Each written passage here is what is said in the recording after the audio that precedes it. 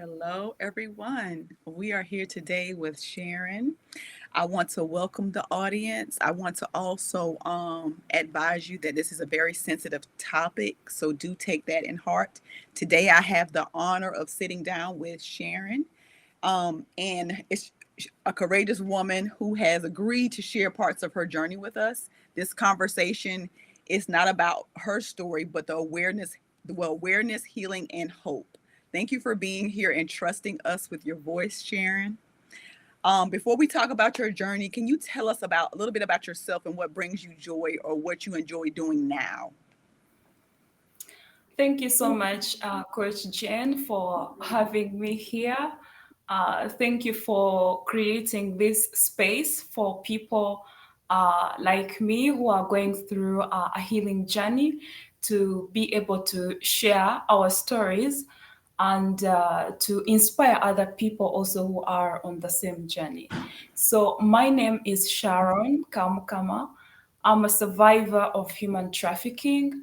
I was trafficked to Poland. I currently still live in Poland, in Warsaw.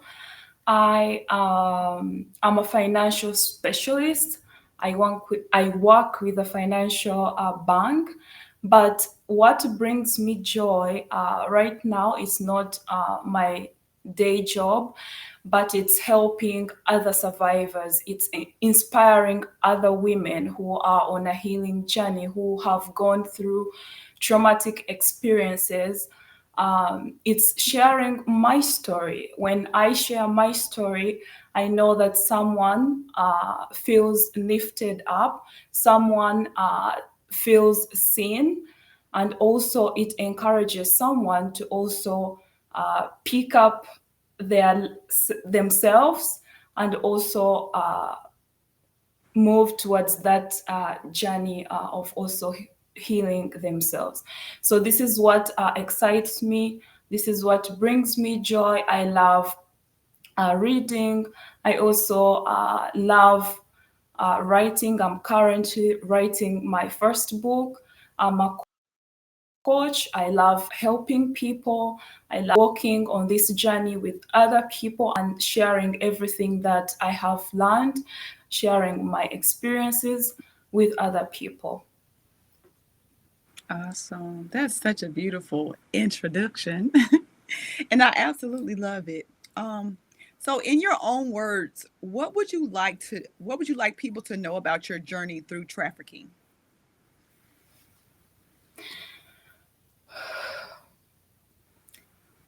I want people to know that human trafficking, first of all, is real. It can happen to anyone, and it doesn't always look like in the movies. It doesn't look like being kidnapped. It doesn't look like being in chains, but it can show up as a promise, of a false promise, for example, to give you a job, to give you a better life.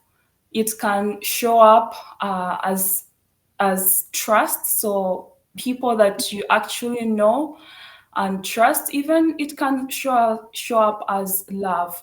So human trafficking, it's still happening, and it can happen to anyone. And what I want people to know is to pay attention, to be alert, to have awareness and educate themselves, and just don't trust blindly people who, even if you know those people, try to verify everything.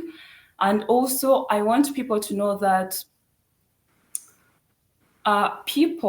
human traffickers, they prey on being vulnerable. So, for example, if someone is going through a very tough time, they are, for example, in a very dark place, they do not have any financial support, they don't have any money, especially for moms who have children and they want to provide for their children and provide a better life for their children and themselves.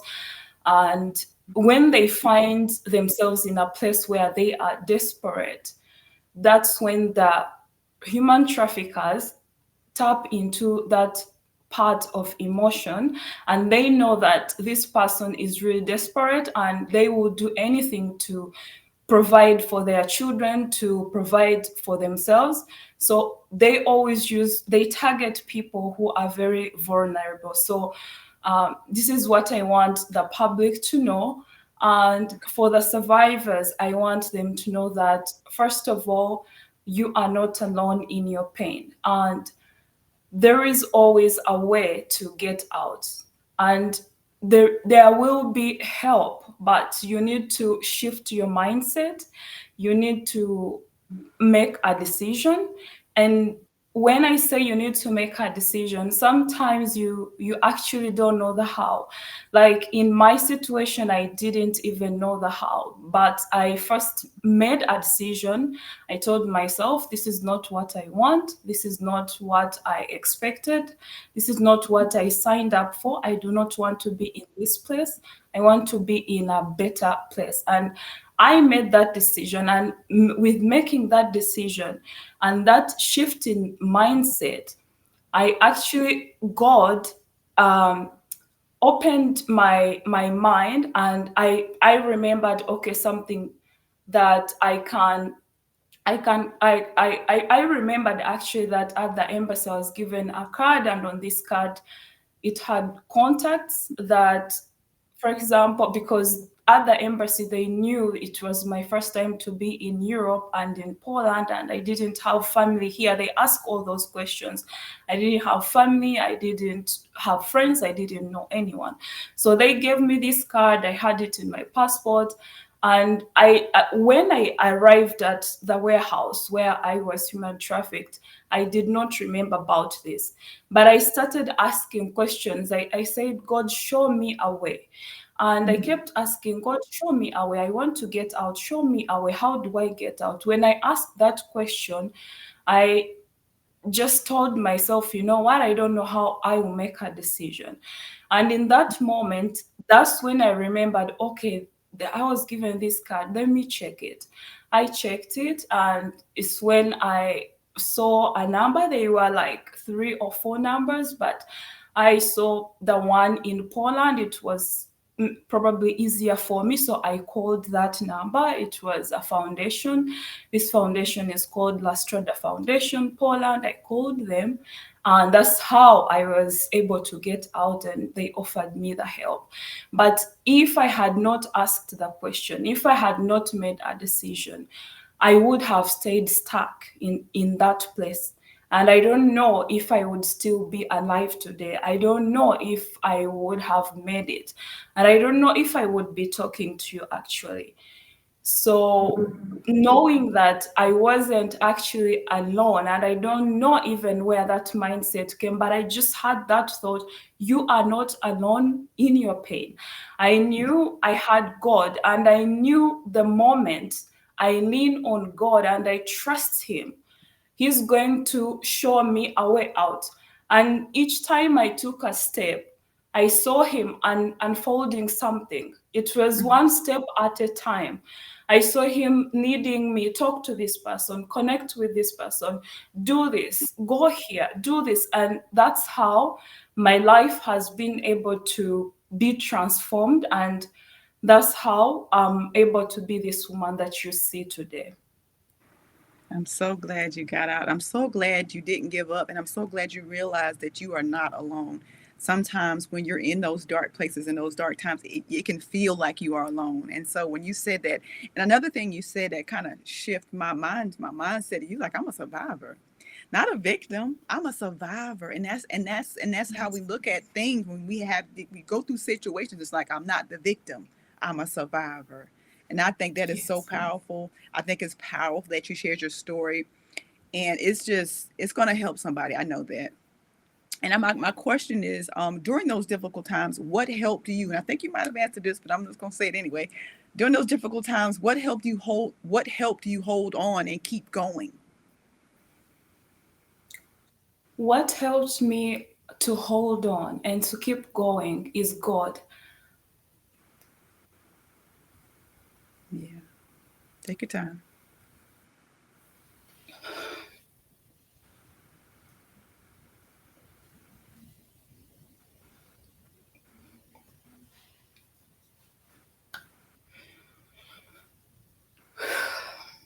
Yeah.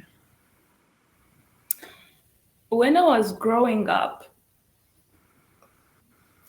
I was raised by my grandparents, Mm-hmm. by my grandmother, and my grandfather. Mm-hmm. They were people of faith. Mm-hmm. And my grandmother always told me, Sharon, never leave God. It doesn't matter how old you get, where you find yourself,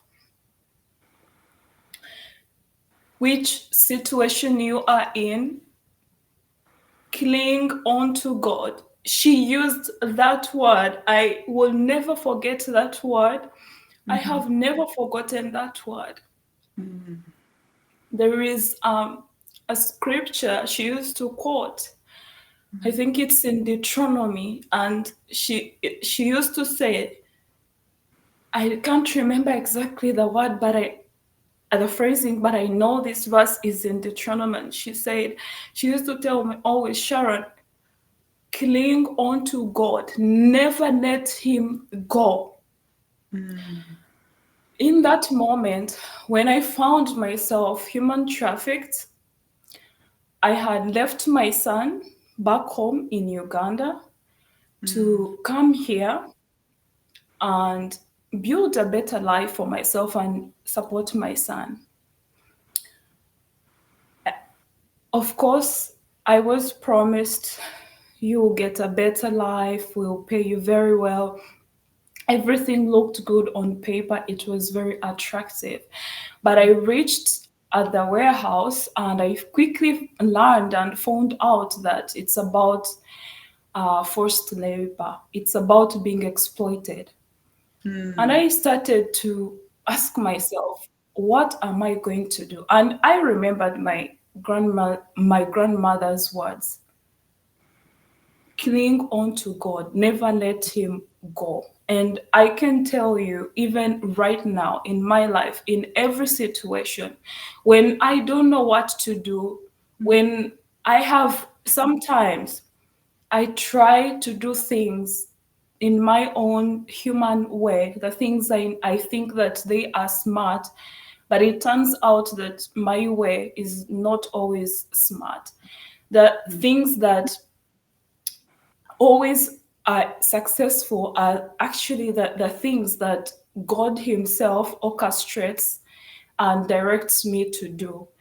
So when I tell myself, you know what, God, I don't know what to do, but I'm going to rely on you. I'm going to cling so tightly on you. I will not let you go until you show me a way, until you do something. I don't have to know the how, but walking in faith, staying in faith. Everything I do since I was born, everything I do my whole life, everything has always been faith. My foundation is faith. So that's how even I was able to escape. I actually did not know if I call these people, I don't know them, will they listen to me? Will they help me? It was by faith.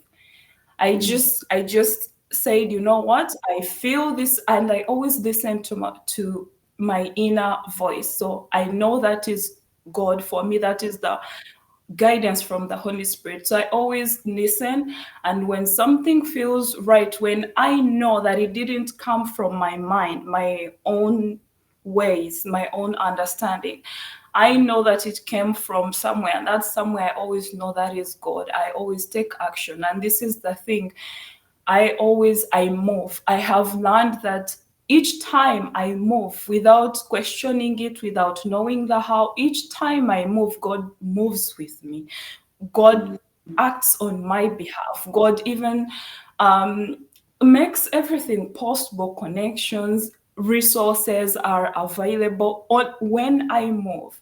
So I have learned when I feel God is saying something, maybe take this direction, maybe talk to this person, I take action, I move, and I never leave Him. Every time, that's how even I got to know that, you know what, I'm not alone. Even if I don't physically see this person or God, this power, but I truly have faith and believe that I'm never alone. Mm. Thank you for sharing that. And you know what just keeps resonating with me? Cling on to God. Cling on to him and never Yeah. let him go. And that just, yeah. That's what keeps ringing in my ear as you shared all of that heartfelt, what, like what you held on to and what you still hold on to, and how your grandmother's words have carried you thus far. Yes. And I'm just so grateful for that. Yeah. And I'm going to borrow those words too, because sometimes we need that reminder. A lot of times we need that reminder when we're going through those difficult times, when it feels like, oh my God, is there an end to this Right. pain, to this whatever you're going through? Cling on to him. Cling on to him. I would my next question I would ask is what has your healing journey looked like since then?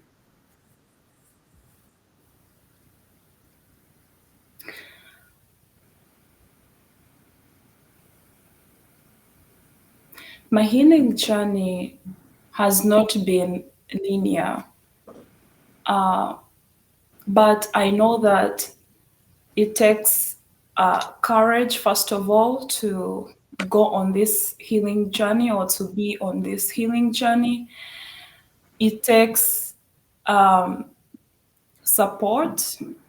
You need a support system in your life. And for me, what helped me was to find people who I trust, who can hold a safe space for me to share my story, to share my emotions, whatever is coming up for me, how I feel without judgment. And because when I went through human trafficking, after I left, that was like the physical part of it. It was fine. I was fine. I was safe. But the part that I found very challenging for me, it was the emotional weight that I carried after I went through human trafficking. Mm, So I carried the weight of shame. mm, Shame became my identity. My voice was silenced. I lost my voice.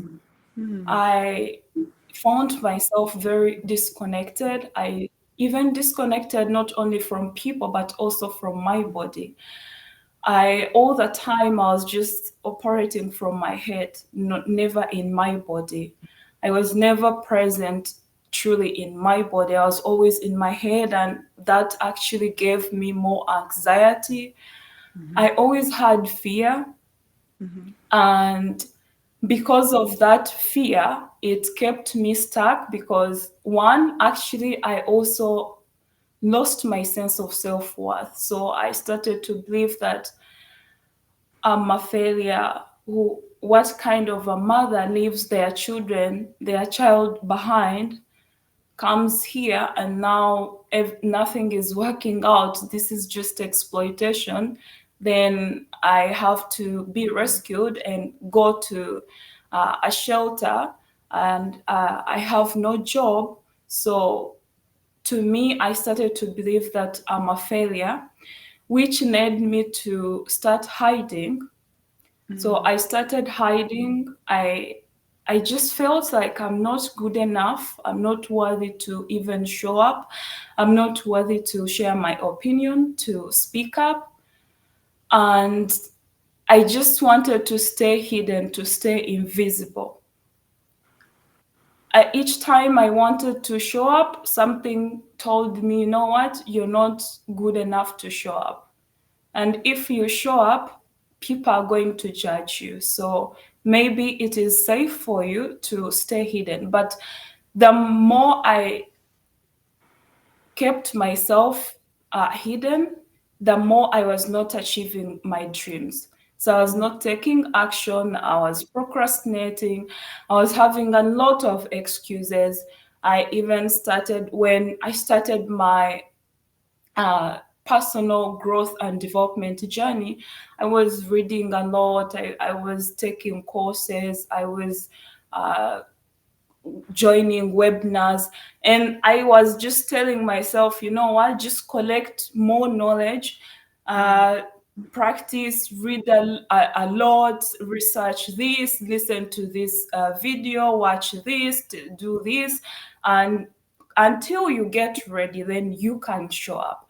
But mm, that kept going, that kept happening like for so many years, and I was still stuck in the same cycle. You're not good enough, you're not ready. People will judge you if you show up and you say something and you mess it up, or it's not right, and you're not so smart, so maybe just uh, stay invisible, but at least you're doing something, you're learning. But I was not creating anything, I was not contributing anything, I was not sharing my story. And then the more shame I took on, because now it feels like I have knowledge, but I'm not sharing this knowledge. I'm not putting myself out there. And now I have to deal with that shame, because still I feel like there is something more I can do. I feel like I can be more, I can do more, but I'm not doing it. And now I even feel bad. And mm, that even created more shame for me.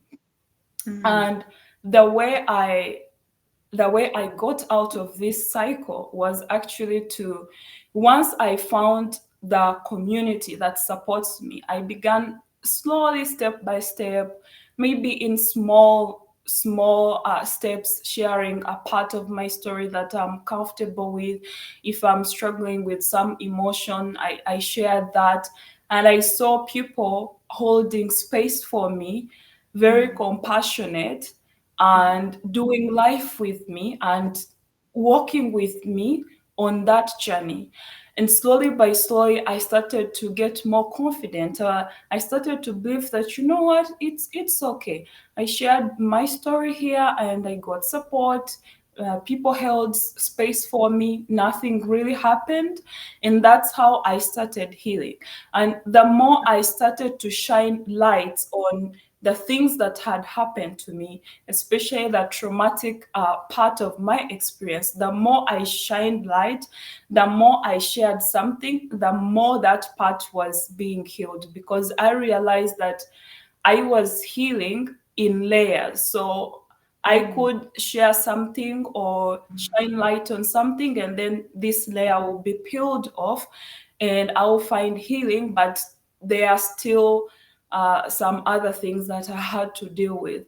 And I had to do it step by step, one day at a time, mhm, with support. And this is why I am so passionate right now to coach people, and not only survivors of human trafficking, but also people who have gone through traumatic experiences. Because I have realized that you cannot heal by yourself alone. You cannot be on a healing journey by yourself. You need to be in a community that is safe, that you trust. You need to speak up, you need to show up. But how do you do that if you're just alone by yourself? Because if you're alone, you're isolated, and you will not feel good, and then you'll find yourself in shame, and you will still stay stuck in the same cycle. wow. What I heard you say was you began to shine a light on the shame, and the shame began to dissipate the Yes. more you begin to share and heal and get into those safe environments. And healing does happen in community. It doesn't happen by yourself, because by yourself you're going to beat yourself up. I should have done this, and this happened to me, and you just continue to beat yourself up. So I'm so glad that you found those communities to help you heal, and I'm so glad that you shine a light on shame, and you're shining a light today on shame, and you will continue to shine a light on shame. I do know that. And I think it's just so powerful and so profound that you have found your voice that was always there. And that shame, you gave shame an eviction notice, right? Shame has got to go. Yes, I did. Yes. Okay, so what do you wish more people would understand about human trafficking? I wish more people would understand that human traffickers, they they don't they don't tell you the truth. So they show you everything that is good, that is going to attract you. And the first thing they do actually is they take you through an interview and they ask you your backstory, your story. So you are opening up and telling Mm, them everything. For example, I had an interview and the first thing they asked me, oh, why do you want this job opportunity? Why do you want to travel? Like, what is driving you to do this? Like, why? They want to know the why. mhm, And at that time, back in 2017, I had given birth to my son.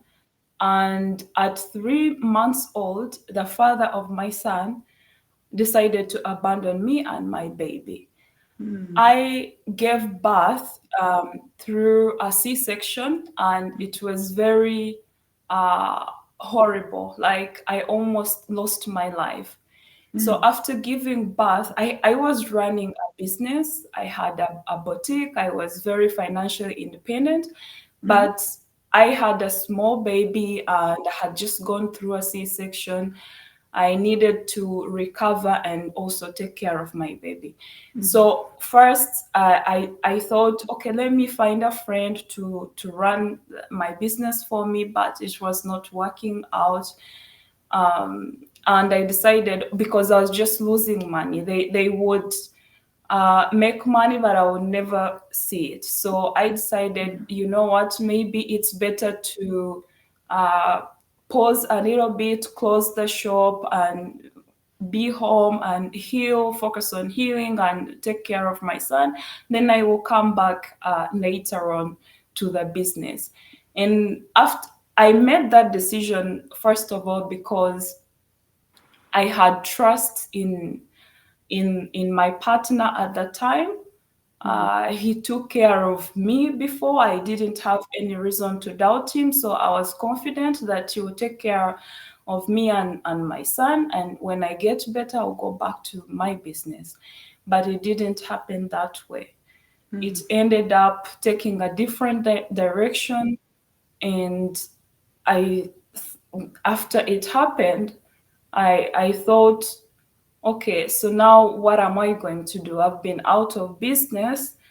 mhm, Uh, he's not here to take care of us. Nobody's coming to my rescue. Actually, nobody was coming to rescue me. I needed to make a decision and mhm, find a way to transform my life.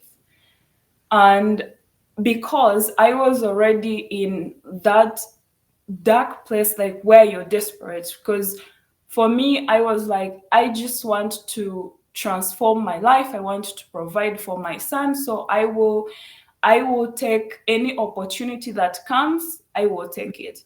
So when you're in that space, you're mhm. desperate. you're Right. you're you're desperate. You're only thinking, I want to survive. So Mhm, you're not really verifying a lot of things. When an opportunity comes your way, you mhm, immediately jump because you're desperate and you just want. You, first of all, you have fear that if you don't take it, you will not get another one.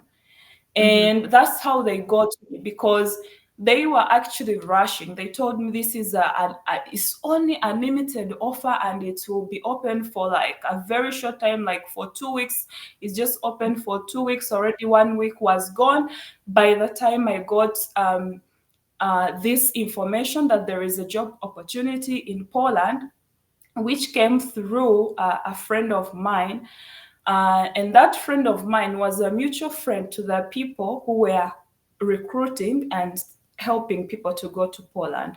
So you see how it came through a friend, someone I knew, and this person knows mm, those people. And so I was like, oh, it's my friend. Obviously, she cares about me. She wants me to to do better, to get back on my feet. So she's Mhm. my friend. This is an opportunity. I was so thankful. And then that's how I jumped into that. I trusted. So I had no reason to doubt because these are like people now Mhm. I know. And I just trusted that. And they were rushing Mhm. everything. So first of all, they tell you, oh, you need to pay quickly, you need to secure this, it's a limited offer. So I had to rush because I really didn't want to Mhm. miss this Mhm. opportunity. And that's one of the tricks the human traffickers will do. They will see that you are really desperate, you really Mhm. want this, and they will put you on pressure to proceed quickly and take up the opportunity.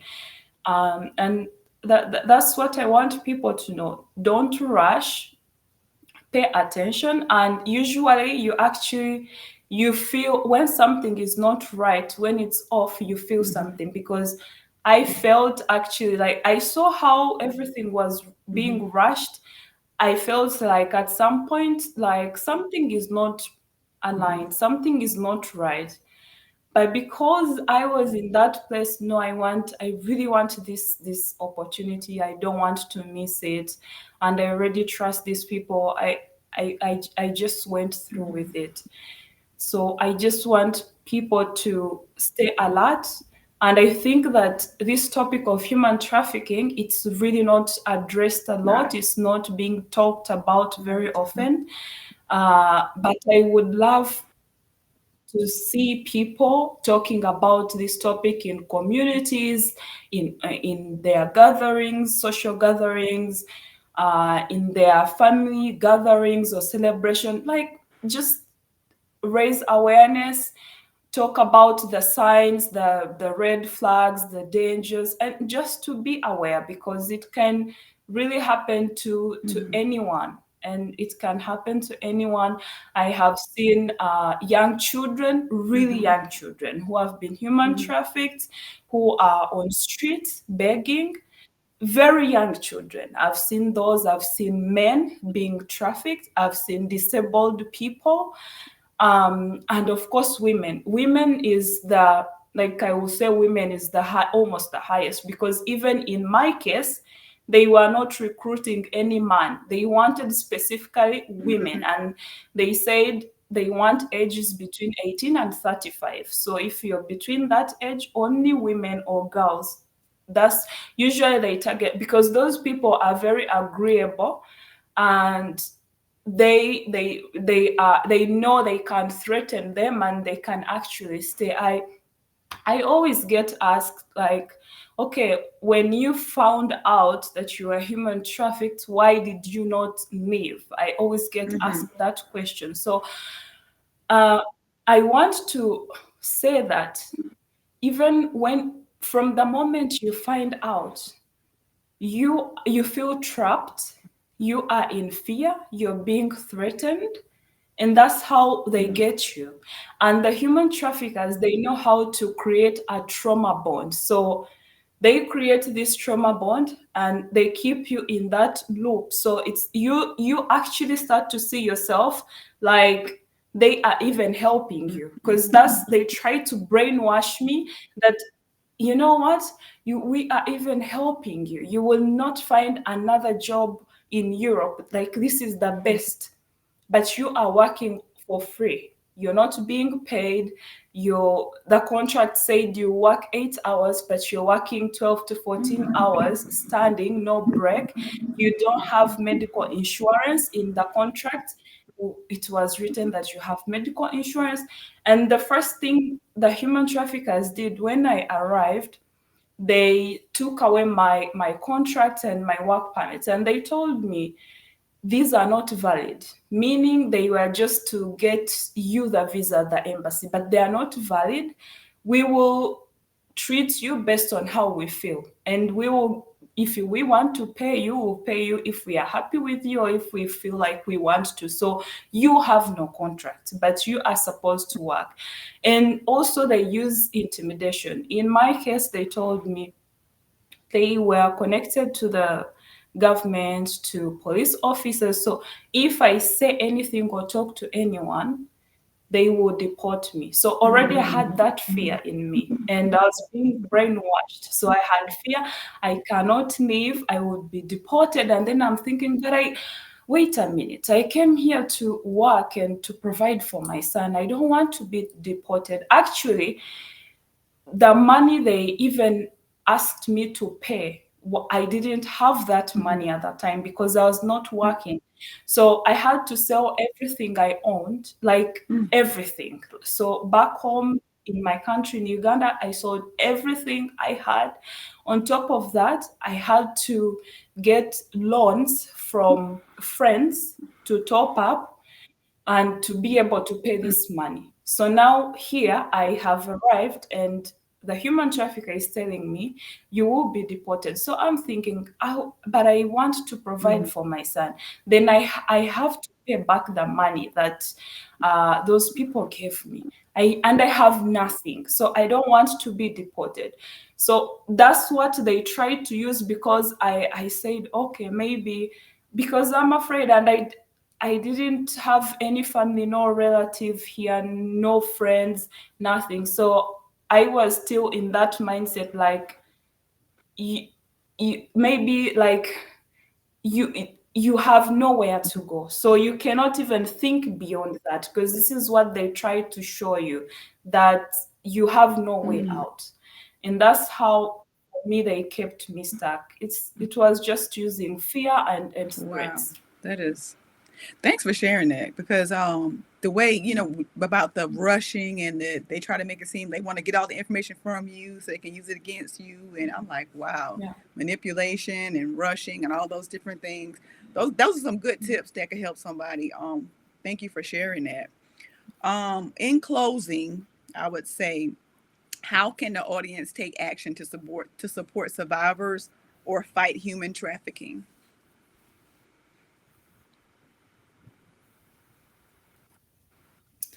Um, so the way we can the survivors of human trafficking, uh, first of all, I would say to keep raising awareness. So, for example, my story, like right now, I've been sharing. I've got so many emails and messages, people reaching out and saying happened to me, and thank you for sharing that. I feel like I can believe in myself again. I feel seen. I see myself in your story, and I feel that if you made it and you have healed, I can also do that.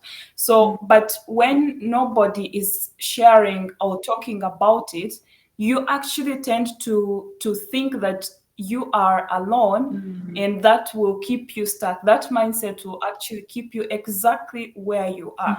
So when people raise awareness, you can actually you can see, and next time you're better alert. You can now read people's intentions. You can, first of all, take a moment, now be able to verify first the information before you move forward with the decision. So the first is to raise awareness. Second one, which is very, very crucial, is to create a support system for survivors, because getting out is the first step.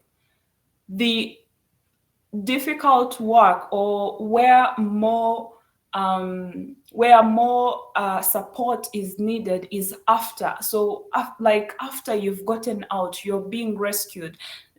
Okay, what are you going to do? Because after you get out, that's when actually you're now even in this shame identity, because now you see yourself as a failure. So you are ashamed, you're not showing up, you don't trust people. This happened to me. I stopped trusting people until I had to go on a healing journey. and find people who helped me.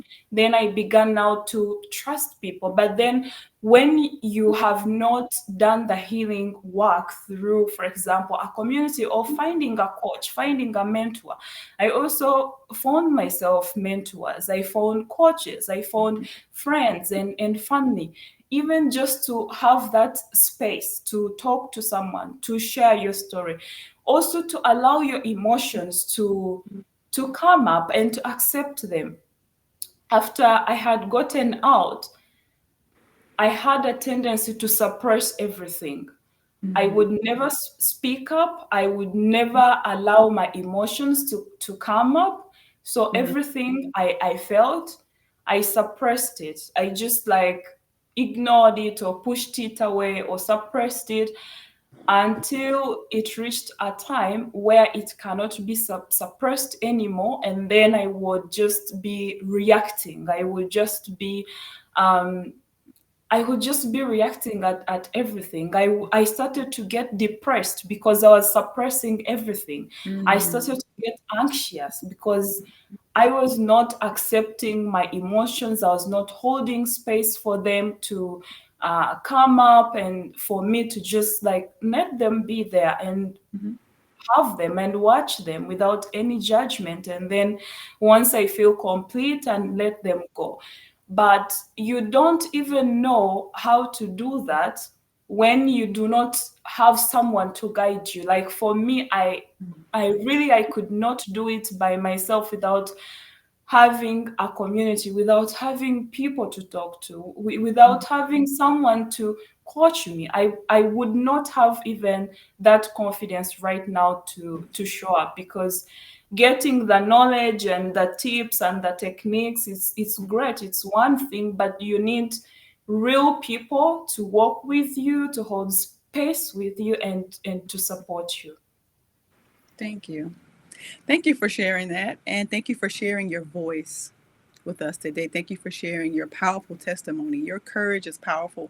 And I know your words will encourage and inspire others and will bring awareness to this topic that we need to talk about more. And so when you were talking, what came to me, have you created or are you a part of a support group for people who have been trafficked?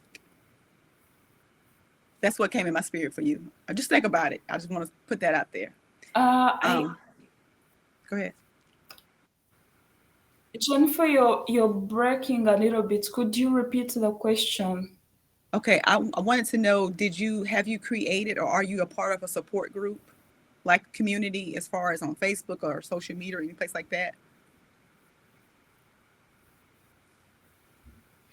Okay. Have I created a community?